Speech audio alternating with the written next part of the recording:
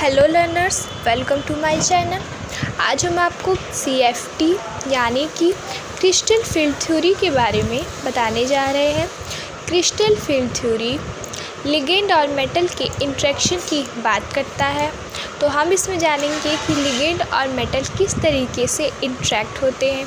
उससे पहले हम वैलेंस बॉन्ड थ्योरी का एक क्विक रिवीजन देख लेते हैं। सो वैलेंस बॉन्ड थ्योरी में क्या था, लिगेंड और मेटल के ओवरलैपिंग की बात की गई थी। लिगेंड और मेटल के ऑर्बिटल एक दूसरे को ओवरलैप करते हैं और वो कॉम्प्लेक्स बनाते हैं। पर इन CFT हम मेटल और लिगेंड के इंट्रैक्शन की बात करेंगे। वो एक दूसरे से इंट्रैक्ट होंगे और कॉम्प्लेक्स बनेंगे। तो चलिए वीडियो स्टार्ट करते हैं। Crystal field theory. Crystal field theory was propose by Bethe and Van Vleck. Crystal field theory जो है वो बेथे और वॉन ब्लैक के द्वारा प्रपोज किया गया था।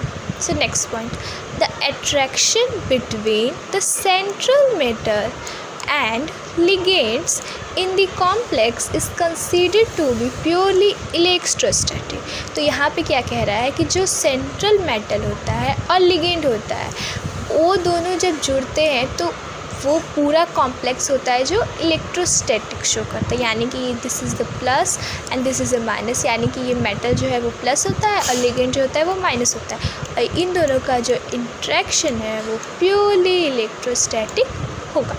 So next point, this theory is also called as ligand field theory।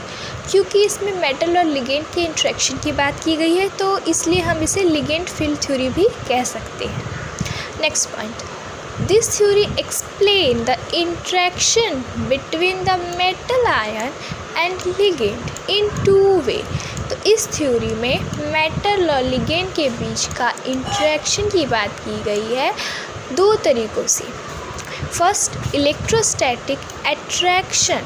Electrostatic attraction between the positive nucleus of the metal and negatively charge electrons of the ligand. यानी जो metal का positively charge होगा nucleus और ligand के जो electrons होंगे उन दोनों के बीच होगा अट्रैक्शन। लाइक दिस, ये मेटल का प्लस है और ये लिगेंड का माइनस है, इन दोनों के बीच जो है वो होगा अट्रैक्शन। आगे समझ में इंट्रैक्शन कैसे होगा फर्स्ट।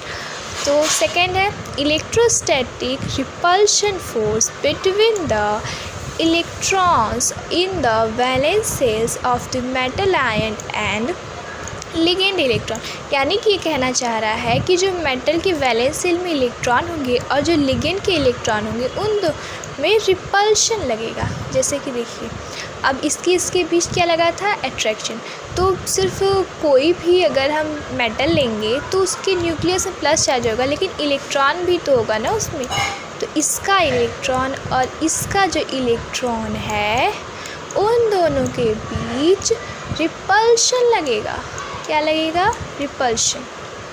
ठीक है। और repulsion between metal orbitals and ligand orbitals, यानी मेटल ऑर्बिटल्स और लिगेंड ऑर्बिटल्स के बीच में भी रिपल्शन लगेगा। सो ये देखिए ये एक कॉम्प्लेक्स है FeCN6 का होल 4+। तो यहाँ पे जो Fe है वो मेटल है और जो Cn है वो लिगेंड है। तो अच्छा अब बताइए कि जो Fe और Cn है एक दूसरे से किस टाइप के बॉन्ड से जुड़ेंगे। Like what bond, like covalent bond और आयनिक बॉन्ड। जल्दी सोचिए और कमेंट करके बताइए। तो चलिए मैं बताती हूँ आपको आंसर। ये दोनों जो है एक दूसरे से आयनिक बॉन्ड के द्वारा जुड़े होंगे क्योंकि देखिए ना मेटल जो है वो प्लस है और लिगेंड जो है वो माइनस है तो वो एक दूसरे से आयनिक बॉन्ड बनाएंगे। जो मेटल और लिगेंड के बीच का इंट्रैक्शन होता है वो कुछ इस तरीके से दिखाई देता है। सो इस तरीके से मेटल और लिगेंड एक दूसरे से जुड़े होते हैं। तो thank you for the video, hope you like it this video. Thank you.